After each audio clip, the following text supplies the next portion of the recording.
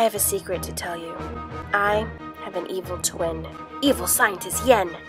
Which in Spanish would still sound like Jen, right? Anyway, she's been spending months in her laboratory experimenting on citrus sinensis, or simply the orange, in hopes to transform into something to take over the world.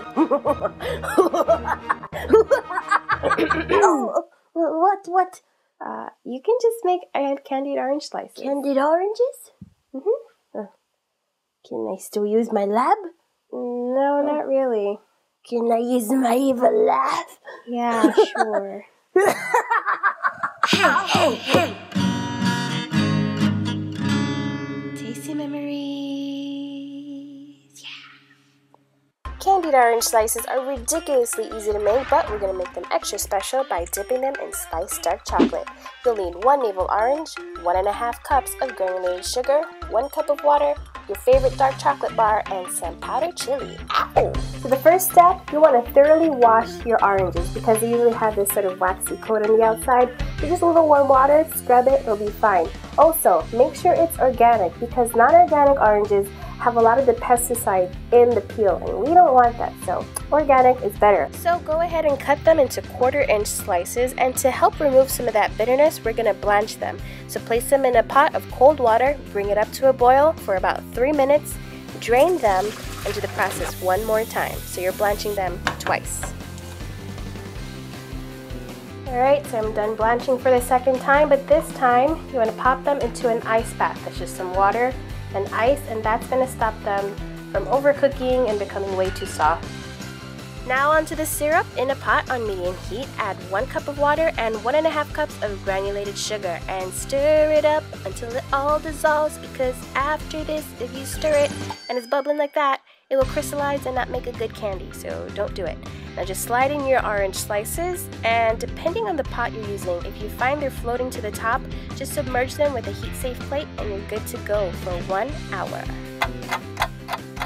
Alrighty, so you know they're ready when the edges are translucent, just like you see here.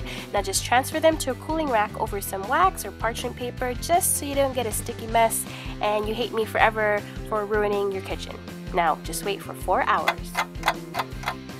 So because we've drained off most of the excess syrup, they're now tacky enough to just coat in a little bit of sugar and lay them back on the cooling rack to dry off. Now you have 2 options for drying. You can either put them on the lowest setting in the oven for a few hours or in a warm, dry area for 1 to 2 days. Thanks to movie magic, I already have some made ahead of time. Now onto the spiced chocolate. You want to make sure to use a really good quality bar, because if you use chocolate chips, they have these stabilizers on them that when you melt it and cool it off, they look kind of moldy and nasty looking, so I wouldn't really recommend it. Now just roughly chop about 1.5 bars, and you're going to put 2/3 of that in a double boiler. That's just a glass bowl over some boiling water that's not touching the bottom of the bowl, and that's going to slowly melt it down.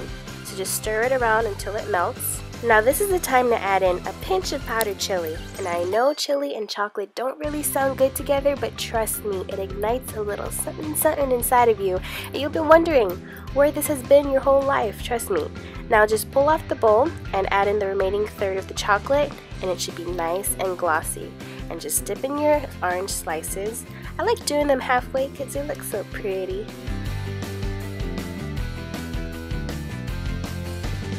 Now once they're dipped, just place them on some parchment paper or wax paper and let them set in the fridge for about 2 to 3 hours, and they'll be ready to enjoy.